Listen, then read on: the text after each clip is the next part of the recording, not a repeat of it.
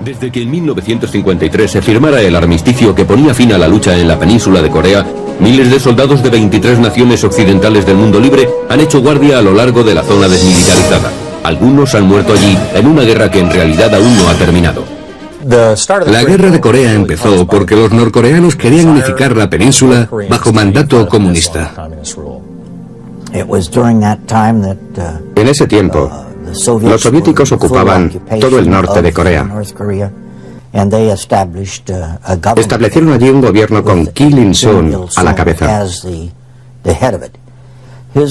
objetivo era unificar toda la península bajo la doctrina comunista. El 15 de junio de 1950, 135.000 norcoreanos atacaron y vencieron a 95.000 surcoreanos.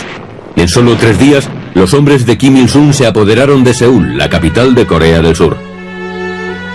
Tenían los carros de combate, los hombres, la artillería para la invasión que esperaban fuera una rápida ocupación de la República de Corea. Inicialmente, el presidente Truman envió 2 divisiones de infantería de 35.000 soldados.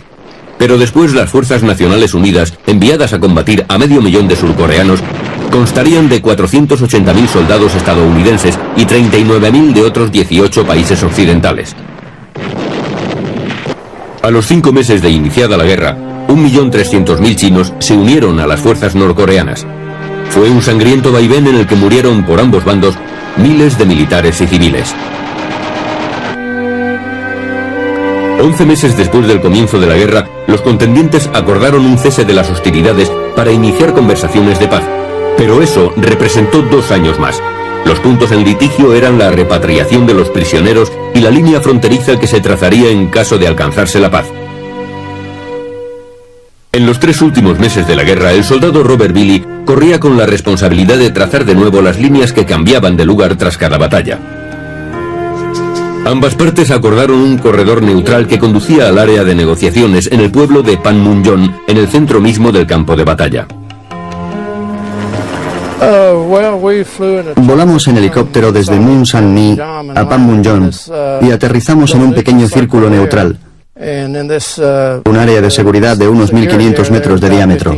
Ellos tenían sus propios guardias de seguridad y los nuestros eran de la policía militar. Era peligroso, pero nos sentíamos seguros. La guerra estaba a su alrededor. Durante 3 meses, el soldado Billy dibujaba, borraba y volvía a dibujar la frontera.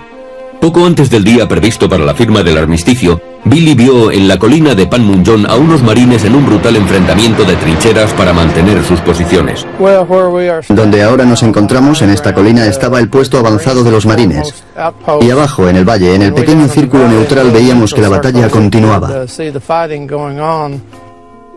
Boulder City era un punto de vital importancia porque cubría la espalda del área Munsan, la cabeza de la línea ferroviaria a Seúl.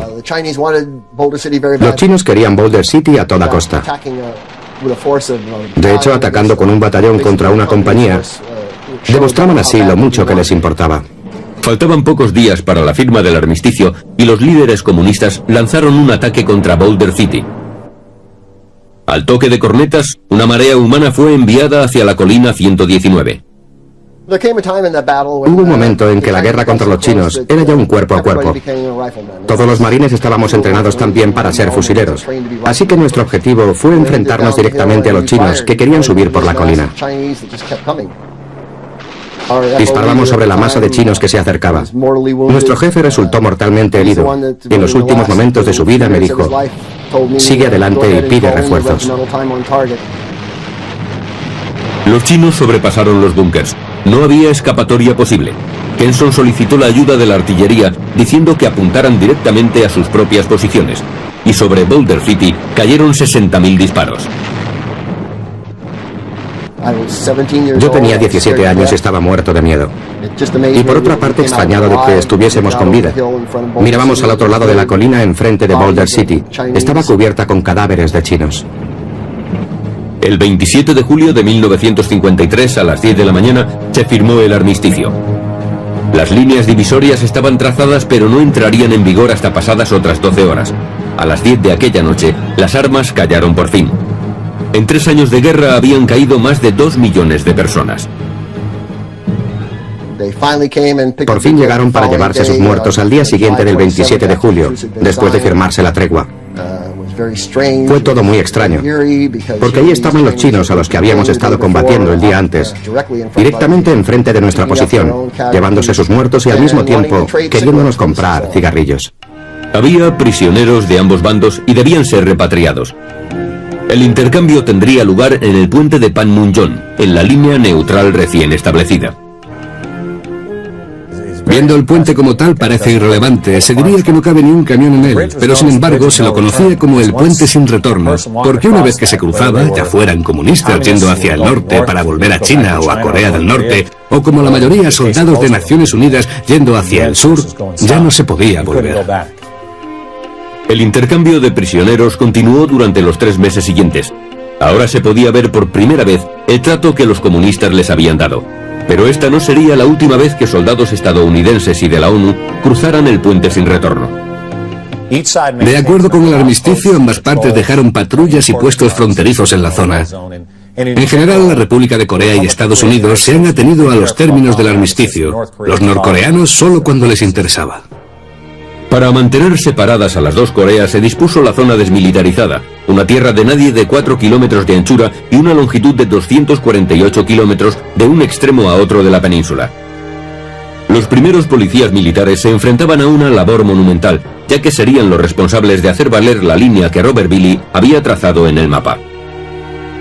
La primera barrera para dividir las dos Coreas no era una valla, sino apenas una cinta de topógrafo que se colocó atravesando el país de este a oeste.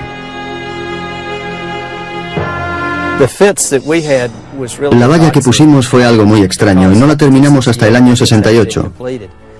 Habíamos colocado alambre de espino en la parte de arriba, entre las estacas de la parte norte, y botes de cerveza en la parte enrollada, con piedras para que hicieran ruido si alguien movía el alambre. En la actualidad la zona está cubierta por equipos de vigilancia de alta tecnología, rollos de alambre especial colocados sobre verjas de 5 metros de altura y patrullas de vigilancia constantes. Se pensaba que la zona era algo provisional. Nadie creyó que tendría que durar tanto. Todo el mundo esperaba una conferencia de paz seguida de un tratado de paz y el final de las hostilidades para pasar a algo parecido a una frontera internacional. Pero no sucedió así. El armisticio trajo una paz incómoda. Las tensiones siguieron a lo largo de la zona desmilitarizada como una preparación potencial para la reanudación de las hostilidades. Aquella paz se vio pronto frustrada cuando, a plena luz del día, un oficial estadounidense fue atacado brutalmente por una banda de guardias norcoreanos dentro de la zona de seguridad.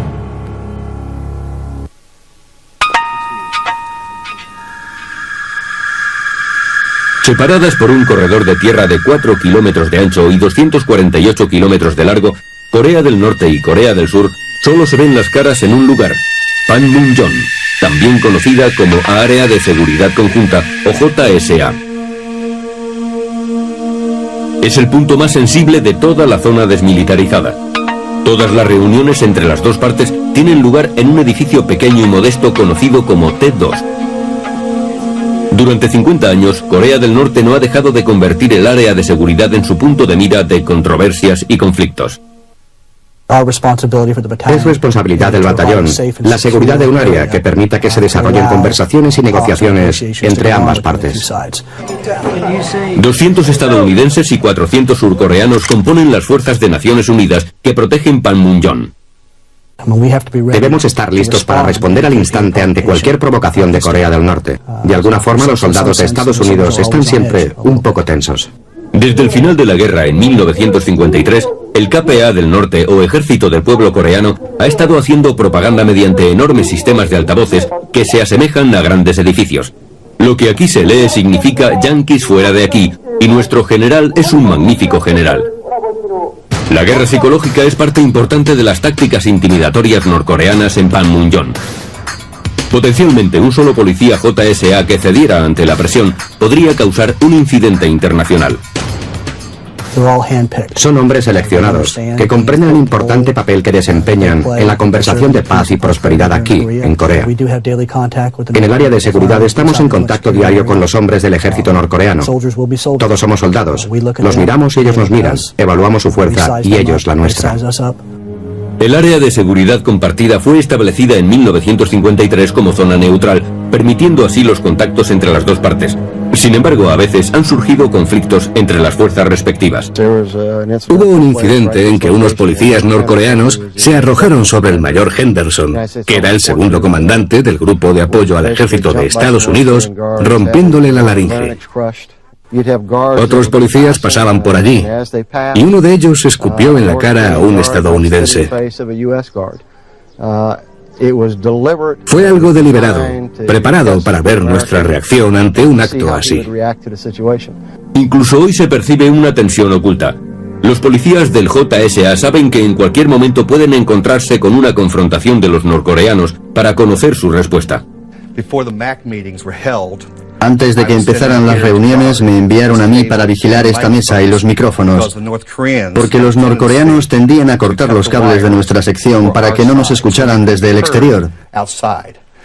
Y también podrían haber cortado nuestras sillas giratorias para hacerlas más bajas, y que los norcoreanos quedaran en posición superior a sus homólogos de Naciones Unidas. Pero aunque rebajasen las sillas, siempre tenían que levantar la cabeza para mirar a la cara a los soldados estadounidenses. Una de las cosas más importantes para los norcoreanos era su necesidad de estar siempre por encima de nosotros. Así pasaba con los edificios, con las banderas del interior del edificio del MAC. Pero en lo que no podían sobrepasarnos era en la guardia, porque nuestros hombres de la Guardia de Seguridad medían todos más de 2 metros. Al tratar con los norcoreanos, ellos siempre intentan provocarnos de la forma que sea. Quieren ser los que mandan. Pero yo con mi talla nunca he tenido ningún problema. Es extremadamente curioso que la JSA sean también una atracción turística que atrae a más de 100.000 visitantes al año. A mí me extraña mucho ver la cantidad de turistas que vienen a Panmunjom. Allá en los años 76 y 77 había turistas, pero nada comparado al número de visitantes que vienen ahora a diario. Al mantener el batallón y el área de seguridad compartida, demostramos que los mandos de las Naciones Unidas se adhieren a las condiciones fijadas en el armisticio de 1953. Los norcoreanos ven que Estados Unidos y la República de Corea siguen tan unidas como hace 50 años y probablemente lo seguirán estando en aras de la protección de la República de Corea.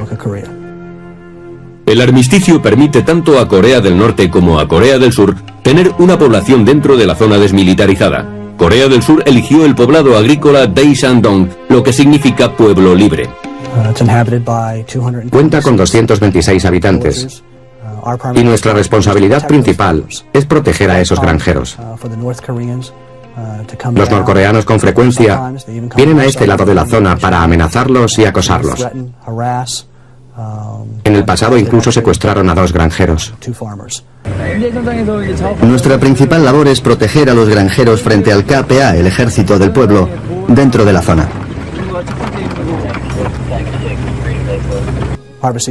Hace 10 días empezó la temporada de cosecha y durante estos últimos 4 días hemos estado en contacto con los soldados del ejército del pueblo a lo largo de la línea de demarcación militar.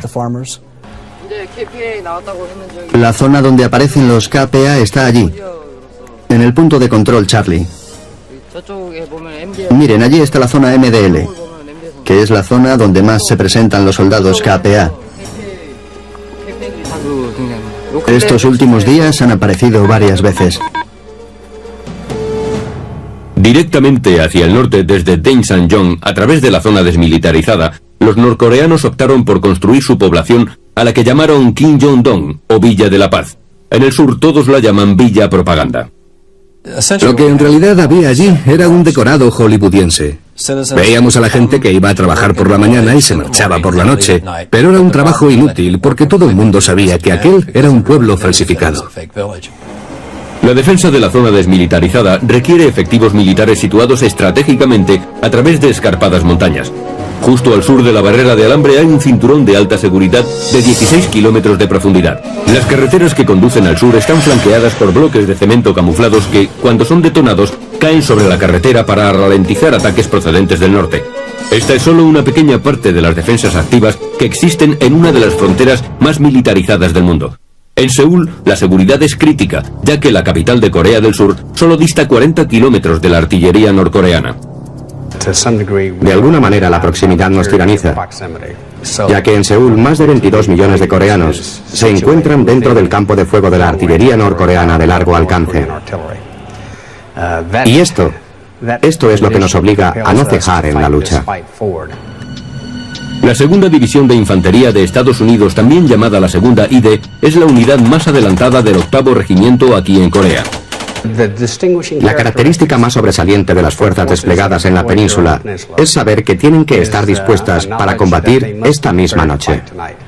La existencia de la zona desmilitarizada es un recuerdo constante de la incómoda tregua. La agresión norcoreana aumentó en los años 60, cuando una emboscada el 2 de noviembre de 1966 marcó el comienzo de la segunda y no declarada Guerra de Corea.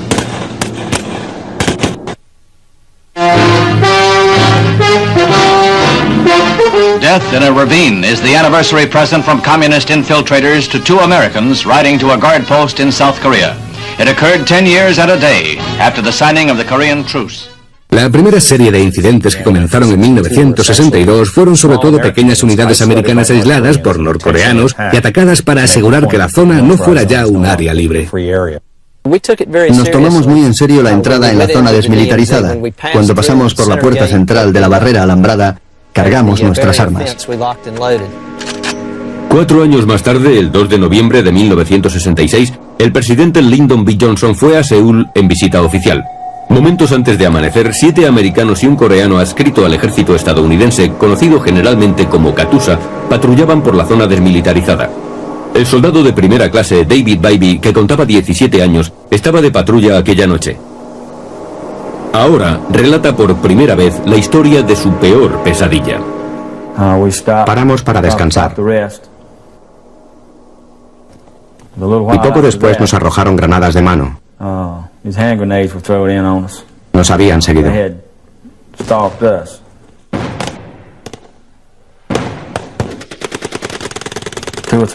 2 o 3 granadas estallaron muy cerca de mí. Y cuando eso sucedió, dejé mi arma en la colina y me tiré por la ladera abajo. Sabía que era el enemigo. Sabía que teníamos problemas. Yo solo pensé, Dios mío, ayúdame. Las granadas de los norcoreanos explotaron dentro del perímetro de la patrulla, seguidas inmediatamente por intenso fuego de metralletas. Bybee cayó enseguida al suelo con las piernas acribilladas. Cuando yacía con terribles dolores, oyó una sola respuesta al asalto enemigo. Mientras seguía el fuego, pude ver a Reynolds atravesando la carretera. Estaba a unos 30 o 40 metros de nosotros.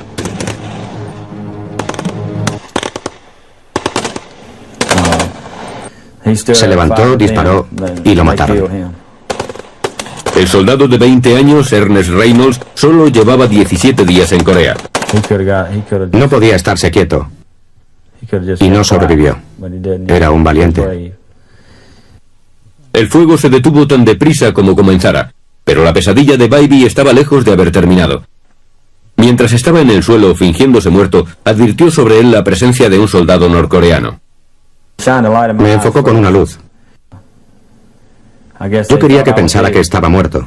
Después me quitó el reloj. Los norcoreanos dieron a Bybee por muerto. Oí a un soldado que jadeaba tratando de respirar. Creo que se ahogaba con su propia sangre. Sin saber si había alguien más, me arrastré hacia él para ver si podía ayudarle. Pero fui con 5 minutos de retraso porque dejó de jadear y murió. Alrededor de las 5:30 de la mañana, Bybee oyó que llegaba el camión que debía recoger a la patrulla. Se levantó con mucho esfuerzo para que pudieran verlo. Yo era el único superviviente, el único que estaba vivo. Mis 7 compañeros estaban muertos. Luego supe que antes de morir habían luchado con sus bayonetas. Pensé que Dios me había ayudado porque yo también estaba allí con ellos.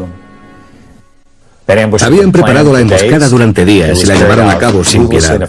Estaba claro que había sido ensayada, ya que el efecto fue devastador. La razón era apartar de los titulares el encuentro entre el presidente Johnson y el presidente Park, evidenciando que había otra fuerza en la península coreana cuya voz iba a hacerse oír. Los norcoreanos no querían que nadie dudase de la seriedad de su mensaje de muerte. Aquella misma noche atacaron varias unidades armadas, matando e hiriendo a 39 hombres. De la mañana a la noche, Corea pasó de una guerra fría a una guerra caliente. Aquel 2 de noviembre de 1966 fue precisamente el comienzo de lo que se convertiría en 3 años y un mes de una guerra de guerrillas no declarada, pero que se extendió por toda Corea. Durante 3 años, desde 1966 hasta 1969, las escaramuzas eran tan frecuentes que la zona desmilitarizada fue declarada zona de guerra, extraoficialmente conocida como la Segunda Guerra de Corea. Miles de soldados estadounidenses destinados a Vietnam fueron transferidos a la zona desmilitarizada como refuerzo de los 18.000 soldados allí presentes. Todos los de la compañía tenían la orden de ir a luchar a Vietnam, pero luego se cambió esa orden y yo fui asignado a Corea. Me alegré porque si iba a Corea, salvaría la vida. Ya no íbamos a Vietnam. Eso equivalía entonces a que nos librábamos de lo peor. En abril de 1967, Curtis Nolan fue enviado a Corea para su incorporación al norte del río Injim. Estábamos destinados a unos 2,5 kilómetros de Panmunjom. Una escuadrilla norcoreana había atacado un camión que se usaba para transportar a los soldados que realizaban trabajos de mantenimiento. Oímos las explosiones y corrimos hacia allí. La noche del 14 de abril de 1968, 2 americanos y 2 katusas murieron a manos de francotiradores coreanos. Cuando ves algo así, te das cuenta de que podría haberte pasado a ti. Al día siguiente se acordó una comisión militar respecto al armisticio, una comisión MAC, donde los oficiales de la ONU protestaron por los asesinatos, pero de nuevo los norcoreanos negaron ese suceso.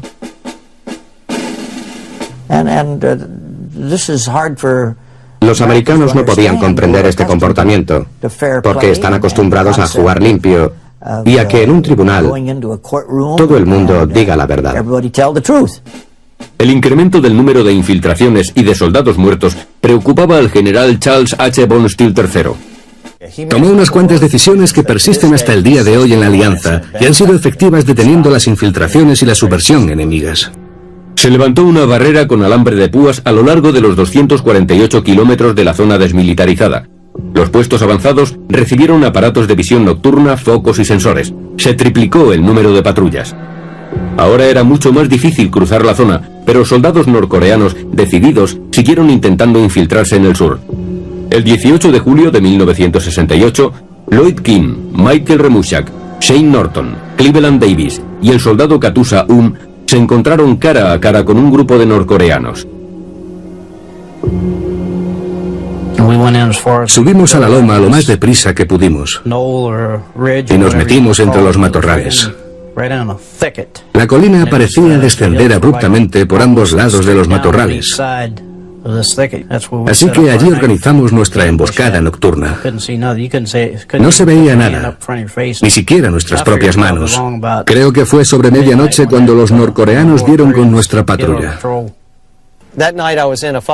Yo estaba en una zorrera y recuerdo que sobre medianoche oí disparos en la zona y vi las bengalas que estaban lanzando. Los OP llamaron y dijeron que la patrulla había sido alcanzada. Recuerdo que el primero en ser alcanzado fue el Katusa. Estaba justo a mi lado. Yo cogí una de las vendas y se la puse alrededor de la pierna. Y lo siguiente que oí fue un auténtico infierno. Yo estaba en un estado de pánico, como todos. Cleveland Davis fue el siguiente en ser alcanzado, según recuerdo. Kim gritó a Remushak a través del fuego ensordecedor que llamase a retaguardia para pedir ayuda. Pero Remushak no contestó. Kim sabía que la radio era su única posibilidad e inmediatamente se arrastró hasta la posición de Remushak mientras los proyectiles enemigos caían alrededor de su cabeza. Tenía el cuerpo acribillado y murió en mis brazos mientras yo estaba sentado a su lado tratando de ayudarle. Entonces saqué la radio de debajo de su cuerpo y llamé a la compañía pidiendo ayuda. Me contestaron que la ayuda ya estaba de camino. Quise ver cómo estaba Shane Norton y había sido alcanzado. Todos estaban heridos en las piernas. Yo era el único que no tenía ni un rasguño. Mientras disparaba a los norcoreanos que avanzaban hacia él, Kim empujó a los heridos a la parte posterior de la colina, apartándolos de la línea de fuego. Después se hizo con municiones y se enfrentó al enemigo. Yo intentaba evitar que los norcoreanos subieran a la colina donde estábamos nosotros. Disparé tantas veces que se fundió el compresor del rifle. Se me acabaron las balas y empecé a tirarles granadas de mano.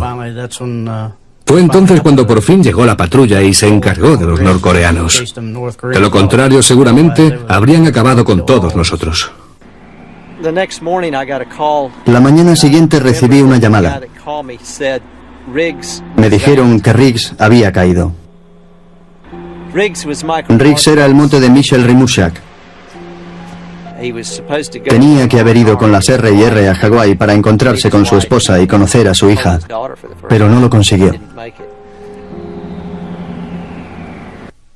Como las anteriores violaciones del armisticio, la emboscada fue llevada a la comisión militar, y como en todas las ocasiones anteriores, Corea del Norte negó lo ocurrido. Cuando emprenden acciones militares siempre es con un fin político. Los norcoreanos lo ven como otra manera de conseguir lo que quieren, mostrando su perspectiva y publicándola ante el mundo. La DMZ era una activa zona de combate. Durante el mismo periodo, los norcoreanos provocaron otros 2 incidentes bien planeados con pocos días de intervalo que estuvieron a punto de desencadenar la guerra total.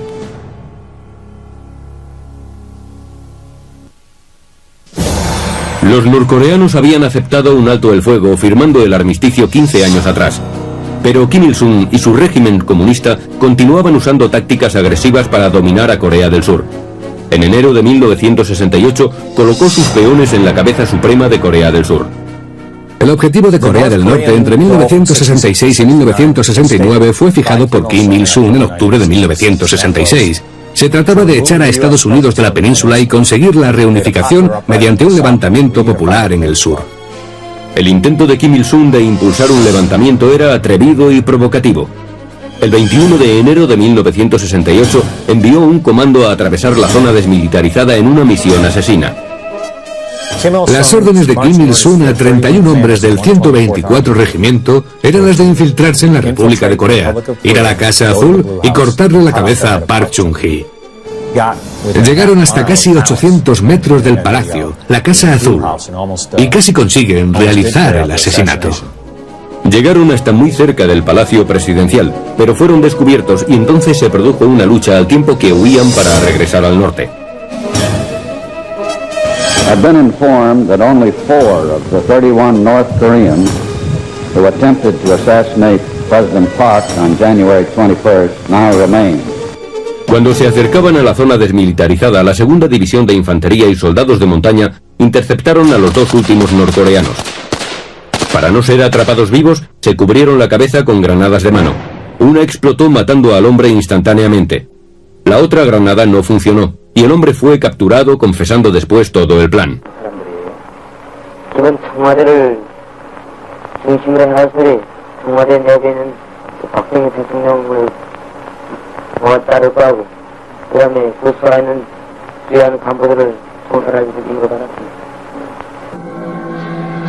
Al día siguiente se convocó una reunión de emergencia en respuesta al plan norcoreano de atentar contra la vida del presidente Park Chung-hee. El segundo día de la reunión, el equipo de Naciones Unidas fue informado de que unos barcos de la Marina norcoreana habían rodeado el navío USS Pueblo en aguas internacionales a 12 millas de la costa de Corea del Norte. La situación se estaba agravando. En un barco americano nos sentíamos totalmente seguros, convencidos de que no nos molestaría nadie en su sano juicio. Corea del Norte buscaba la confrontación y se quejó de que el buque Pueblo había entrado en aguas norcoreanas para espiar. La campaña general ordenada por China en aquel entonces era hacer parecer a Estados Unidos como un tigre de papel. Estaban fuertemente armados. Los barcos torpederos se acercaron a nosotros y vimos que llevaban lanzamisiles en la cubierta de proa, algunos tubos torpederos al descubierto y las armas dispuestas para el ataque. A las 12:10 del 23 de enero, los barcos norcoreanos abrieron fuego.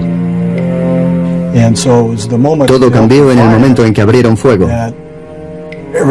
Los primeros disparos llegaron directamente al puente. Eran disparos de aviso. Venían a capturar el barco, matando si fuera necesario. El USS Pueblo no iba armado para la guerra. Su armamento se reducía a 2 ametralladoras calibre 50, nada comparado con los 6 buques de ataque norcoreanos. El artillero Dwayne Hodges fue tiroteado y muchos otros gravemente heridos. Entonces comprendimos que íbamos a ser capturados y que nadie vendría en nuestra ayuda. La captura del USS Pueblo levantó las iras de Estados Unidos, que exigió una reparación. El presidente Johnson ordenó a una parte de la flota del Pacífico que se encontraba en las costas de Vietnam que se dirigiera a Corea y estuviera en pie de guerra.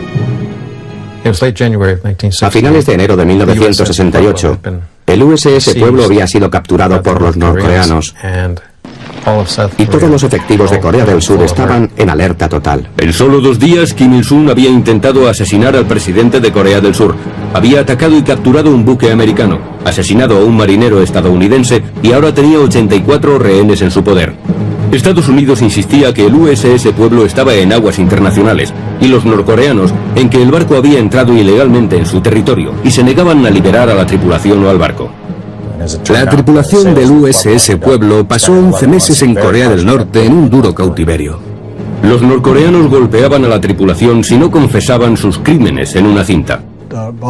Creo que a Bob Hammond, uno de los marineros de a bordo, lo golpearon durante 37 horas. Cuando hacíamos guardia en la zona, oíamos lo que habían grabado.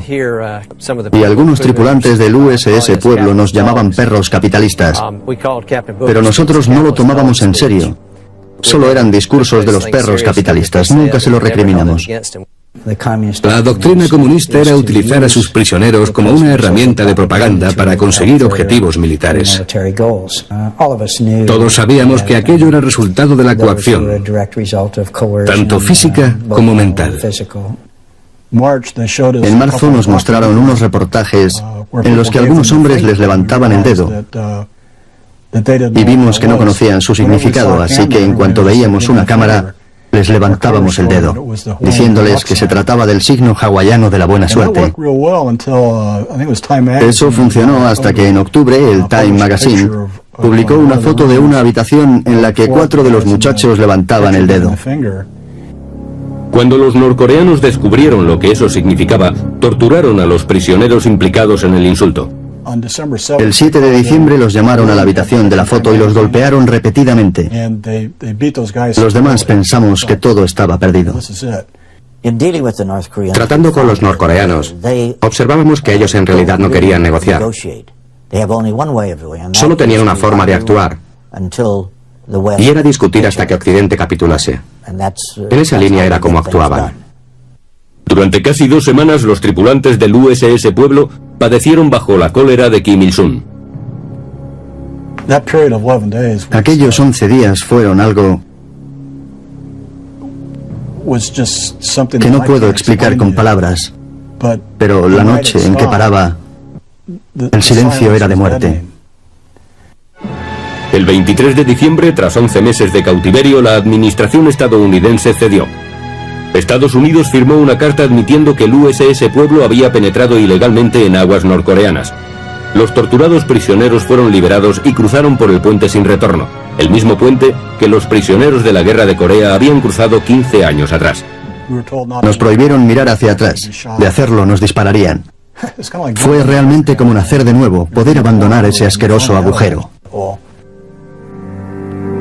Poco después del regreso de los prisioneros, Estados Unidos retiró su reconocimiento, reafirmándose en su posición inicial de que el USS Pueblo estaba en aguas internacionales en el momento de su captura.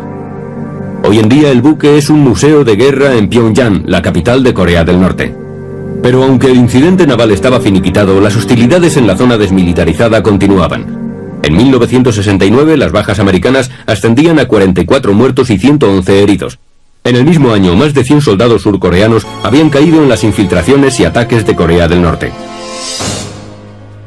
A pesar de tanta provocación, la Casa Azul, la captura del buque, las escaramuzas en la zona, los desembarcos en la costa oriental de la República de Corea, el esperado levantamiento popular no se producía. Más bien se estrechaba la colaboración entre Estados Unidos y Park Chung-hee. A principios de 1969, Kim Il-sung tomó una decisión muy significativa.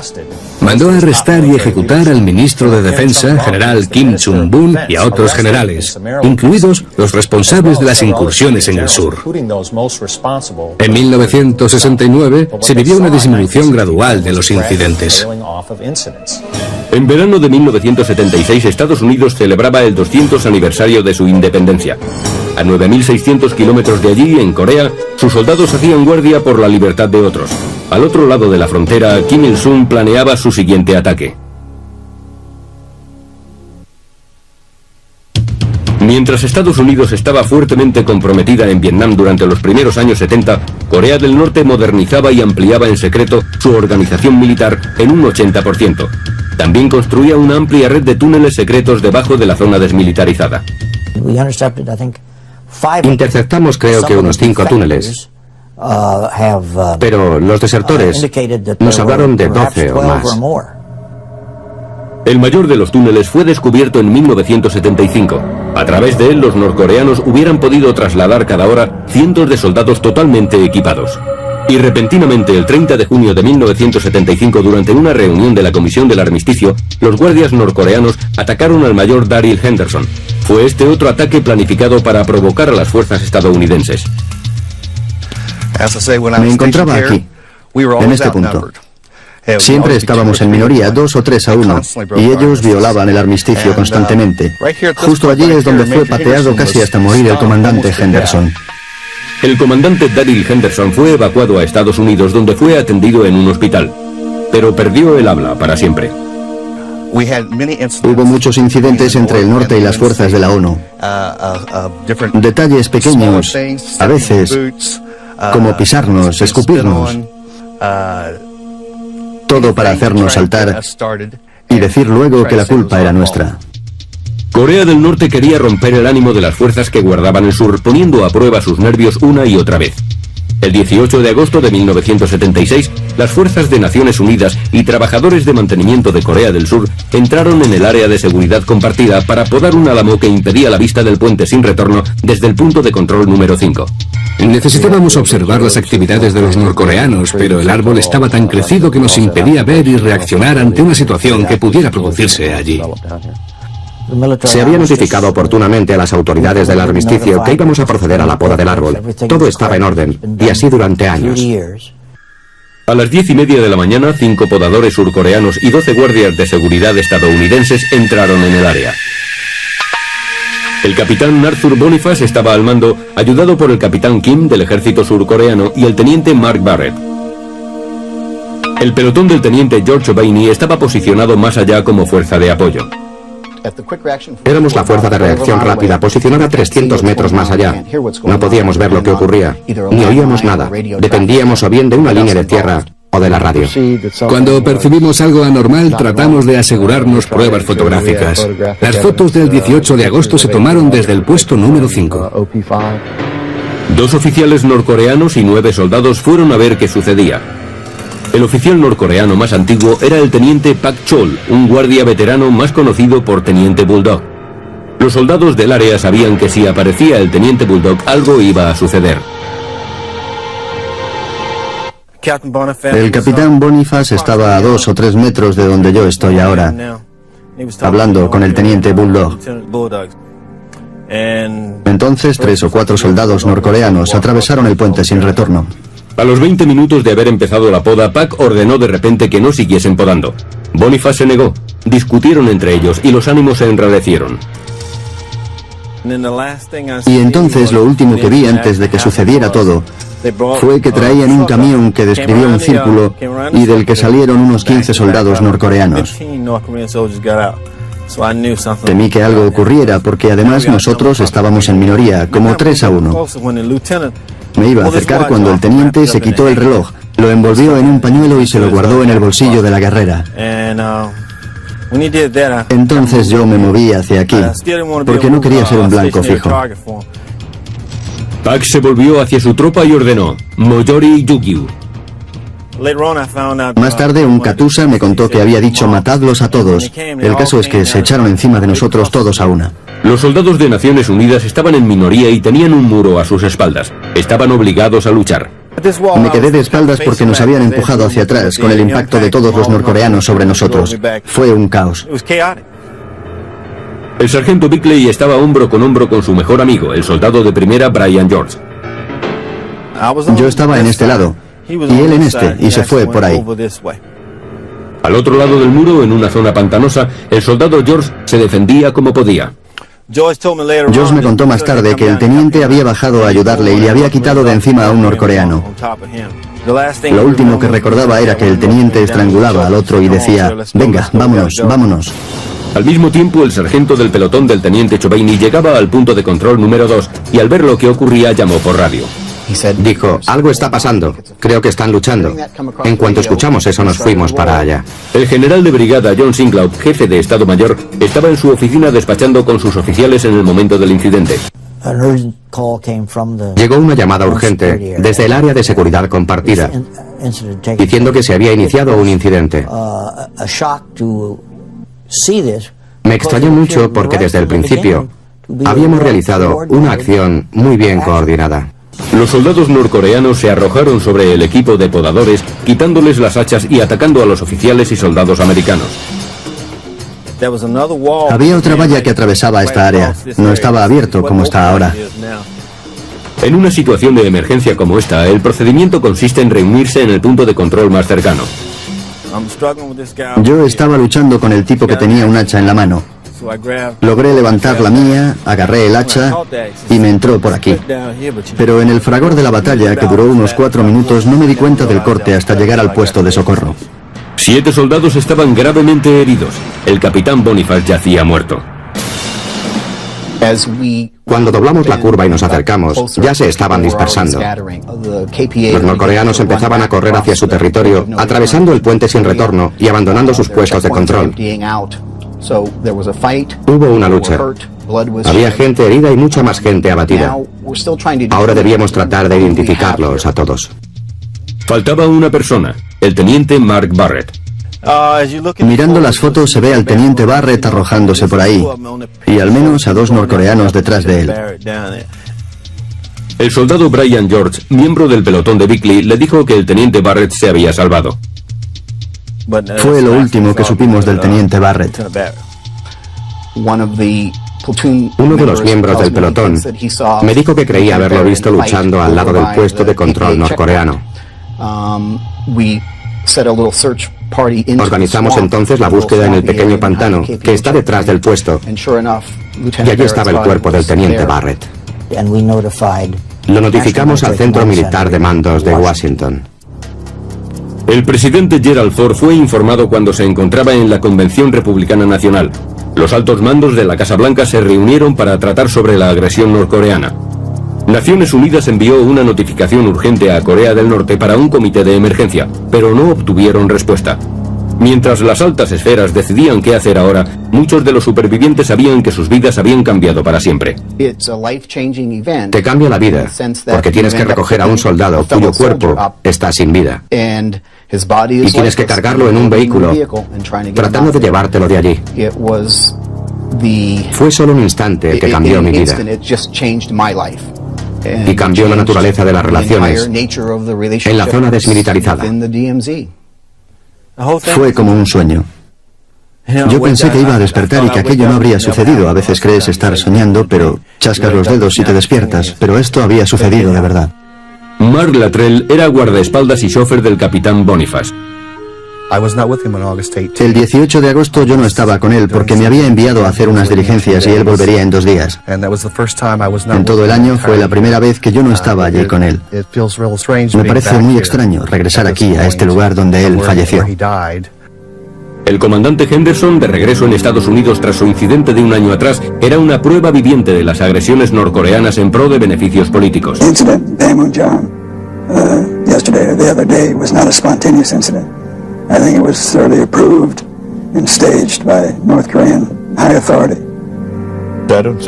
No creo que Estados Unidos pueda permitir una situación en la que los americanos sean asesinados sin mediar una provocación y que no se tomen represalias. Se desarrolló un plan que precisaba de una masiva presencia de efectivos en aire, tierra y mar. Las probabilidades son de 50 contra 50. A las 7 o poco después estaremos en guerra. El 19 de agosto de 1976, en la comandancia de la ONU, pocas horas después del incidente de las hachas, el equipo del general Stilwell elabora un plan que devuelva a la ONU sus derechos en la zona desmilitarizada, intimidando al mismo tiempo a los norcoreanos. Aquella noche elaboramos un plan que consistía en ir a talar el árbol para que no surgiera de nuevo el mismo problema. La misión de talar el árbol recibió el nombre en clave de Operación Paul Banjan, por el mítico gigante Lumberjack. El rasgo crítico del plan era hacer creer a Kim Il-sung que si emprendía alguna acción contra los hombres de la Operación Paul Banjan, su país se exponía a la aniquilación.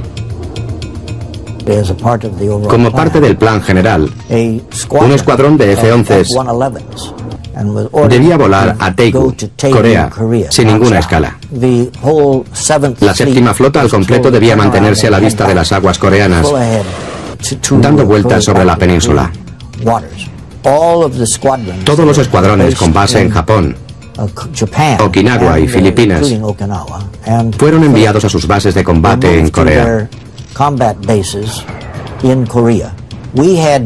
Nosotros llevamos sin ningún secreto toda nuestra artillería a sus posiciones de combate. El 8º regimiento al completo y sus dotaciones coreanas entraron en posición de combate. Todo esto debía convencer al norte de que íbamos en serio y que ellos solo tenían que responder a nuestra solicitud de una comisión de investigación. Pero todos pensábamos que igualmente podríamos ir a la guerra. Antes de amanecer el 21 de agosto, el general Stilwell fue informado de que todas las unidades estaban en sus puestos y que la operación Paul Banjan podía comenzar. Minutos antes del plazo fijado por nosotros, dimos la orden de ejecución del plan. A las 6:48 de la mañana, la operación Paul Banjan estaba en marcha. El capitán Viera dirigía las fuerzas hacia el área de seguridad. Los aviones de combate fueron lanzados desde la cubierta del USS Midway y los reactores volaban a la altura justa para hacerse visibles a los radares norcoreanos.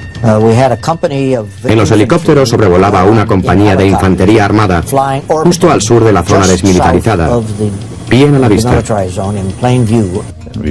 Algunos B-52 sobrevolaron directamente la zona desmilitarizada hasta la frontera de Corea del Norte y daban vueltas sobre ese punto como si estuviéramos ensayando un ataque a Corea del Norte. Y después enviamos una unidad a cortar el árbol. A las 7 en punto de la mañana entraba en Panmunjom el destacamento destinado a la tala del árbol. El teniente Steve Ankley era el jefe del pelotón de americanos y soldados Rock para la seguridad. Yo giré el camión con la parte trasera en el puente sin retorno para bloquear la entrada a los norcoreanos. Coloqué un grupo de hombres frente al vehículo y otro grupo alrededor del árbol. Y el tercer grupo lo dejé a nuestra izquierda al lado del puesto de guardia norcoreano. Los técnicos se pusieron manos a la obra para cortar el árbol. Yo me turnaba entre mis 3 grupos, hablando con ellos y asegurándome de que todos ellos estuvieran sincronizados. Yo iba en el vehículo de cabeza y cuando doblamos la curva le puedo decir que no tenía miedo en absoluto, esperaba acontecimientos. Después de bajar del vehículo, la patrulla rodeó el árbol. Yo ocupé mi puesto con el capitán Surron y su operador de radio. A los 10 minutos de iniciada la operación, un convoy norcoreano con 150 soldados fuertemente armados hizo su aparición. Vimos a los soldados que venían. Llevaban armas automáticas con el fin de intimidarnos, enseñándonos sus efectivos y acercándose a nuestro puesto de guardia, que se encuentra a apenas 150 metros del puente sin retorno. Pero cuando vieron el masivo despliegue de las fuerzas de la ONU, buscaron cobijo tras una tapia y no salieron de allí en todo el tiempo. A las 7:45 la mayor parte del árbol había sido cortada, pero se dejó un tocón como monumento y recuerdo a los norcoreanos de lo cerca que habían estado de desencadenar una guerra.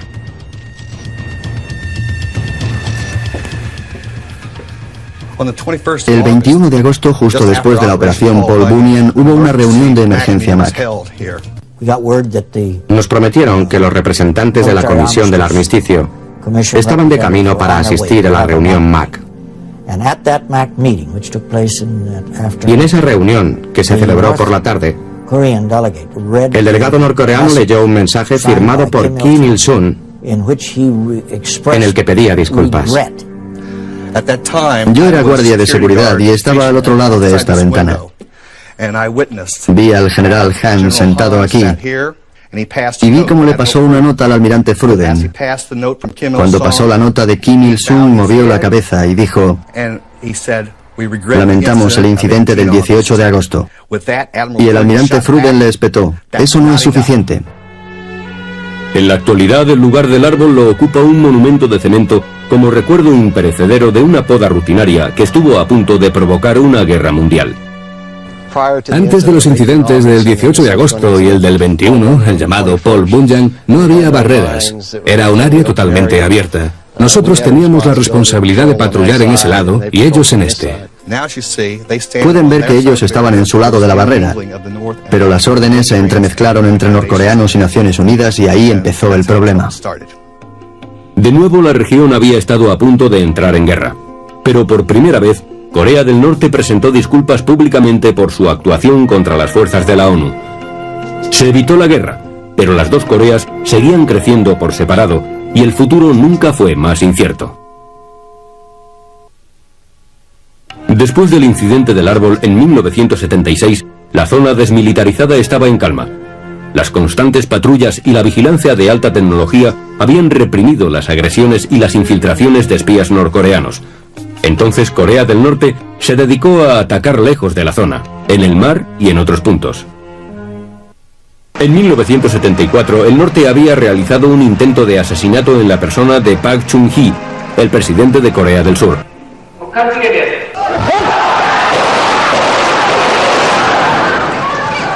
Las balas asesinas no lo mataron, pero su esposa no tuvo tanta suerte.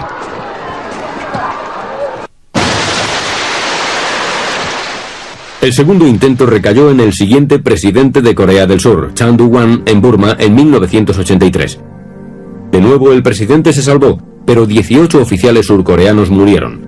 Un año después, el 23 de noviembre de 1984, la relativa calma de la zona desmilitarizada se rompió al producirse en Panmunjom un enfrentamiento entre guardias norcoreanos y un comando de Naciones Unidas.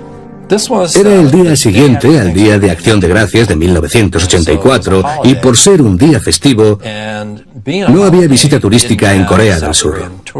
Un ciudadano ruso, Vasily Matuzov, que participaba en una visita a Corea del Norte, decidió desertar y sin pensarlo atravesó la línea de demarcación militar. Gritó que quería desertar y echó a correr. Armados con AK-47 y violando así el armisticio, los guardias norcoreanos persiguieron a Matuzov no para capturarlo sino para matarlo.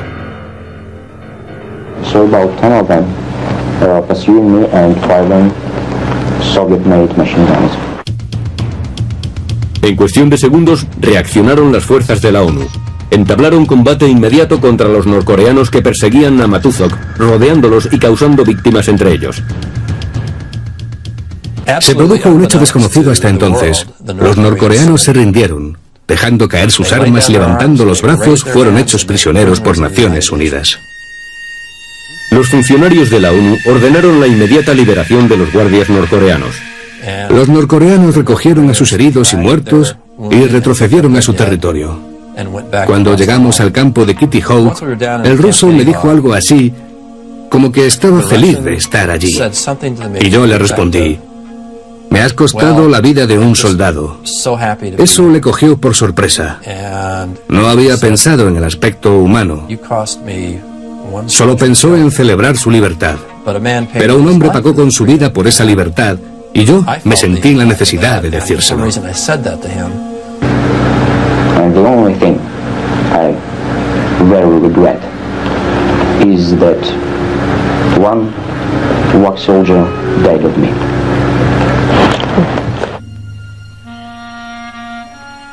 Al menos 5 norcoreanos murieron también en el fuego cruzado. Parece que entre ellos estaba el teniente Bulldog, el responsable del incidente del hacha. Hasta el momento, la guardia norcoreana se situaba en sus puestos de cara a los soldados surcoreanos. Sin embargo, a causa del desertor ruso, dieron media vuelta. Hasta el día de hoy, si los surcoreanos vigilan para evitar a los intrusos del norte, los norcoreanos vigilan para evitar fugas hacia el sur. Los norcoreanos no cambian su modus operandi, y eso se ha cumplido hasta épocas muy recientes. En 1987, cuando Corea del Sur se preparaba para ser sede de los Juegos Olímpicos, Kim Jong-il, el hijo de Kim Il-sung, envió a 2 terroristas a colocar una bomba en el vuelo 858 de las aerolíneas coreanas con destino a Corea del Sur. La bomba explotó matando a sus 115 pasajeros. Los terroristas norcoreanos fueron apresados y más tarde uno de ellos reveló todo el plan. Al principio, yo estaba firmemente decidida a mantener el secreto a una costa de mi vida para proteger la reputación de mi amado jefe, Kim Jong-il. Corea del Norte estaba en la lista de países terroristas del Departamento de Estado de Estados Unidos. El objetivo de unificación de la península bajo el consumismo seguía siendo de importancia prioritaria para Kim Il-sung. Ahora se enfrentaba, sin embargo, a un enemigo en el interior del país. Una hambruna se extendió por el territorio y la población pasaba hambre. Sin embargo, Kim Il-sung invertía dinero en el desarrollo de armas nucleares. Se hizo evidente que Corea del Norte aspiraba a la fabricación de armas de destrucción masiva y que los medios de conseguirlas eran especialmente nucleares. En 1994, el expresidente Carter viajó a Corea del Norte en misión especial de paz en un esfuerzo por impulsar el pacto de eliminación de cabezas nucleares. A cambio de acceder al pacto de no proliferación de armas nucleares, Kim Il-sung recibió ayuda para su hambriento país. Nosotros y nuestros aliados entregamos a los norcoreanos más de $1.000 millones en comida, aceite y otras ayudas, pero ellos continuaban con su desarrollo porque eso era imposible de verificar. Aceptaron solo cuando les prometimos entregarles gran cantidad de cosas, pero no tenían intención de cumplir lo pactado. Kim Il-sung recibió millones de dólares en comida y otras ayudas, así como una central nuclear para la obtención de electricidad para el pueblo norcoreano. Sin embargo, los líderes norcoreanos desviaban en secreto comida a los militares y no dejaron nunca de desarrollar armas nucleares. Dejaron morir de hambre a 2 millones de personas y tienen un gulag con unas 2.000 personas. No sé cómo se justifica eso moralmente. Cuando fueron descubiertos, se interrumpió toda la ayuda y la construcción de la central eléctrica. Cuando intervino el expresidente Carter, Corea del Norte no tenía la capacidad que tiene hoy, por tanto no eran tan peligrosos como lo son hoy. Para mí fue un grave error. Y en julio de 1994 todos los progresos alcanzados se detuvieron repentinamente con la muerte de Kim Il-sung. El país lloraba a su gran líder, pero el futuro cada vez era más incierto. Cuando su hijo Kim Jong-il, el tirano que estaba detrás de los ataques terroristas, asumió el poder, el mundo observó y esperó. Entre 1993 y 1995, los norcoreanos cambiaron de líder. Kim Jong-un por Kim Il-sung. Y la amenaza del desarrollo y despliegue de ingenios nucleares en poder de Corea del Norte se materializaba. Desde que subió al poder, Kim Jong-il ha mantenido la postura agresiva del norte contra el sur. Debido a la fuerte seguridad de la zona desmilitarizada, sus incursiones en el sur se hacían en gran escala por vía marítima. El 18 de septiembre de 1996, un submarino norcoreano entró en aguas del sur, desembarcando 26 soldados norcoreanos en Gangneung. Fueron vistos por civiles y se produjo una escaramuza. Murieron 17 surcoreanos entre civiles, soldados y policías. De los 26 norcoreanos, 24 murieron, uno escapó y otro fue capturado. Después, el 29 de junio de 2002, estalló una batalla naval en la costa occidental por la frontera septentrional en disputa.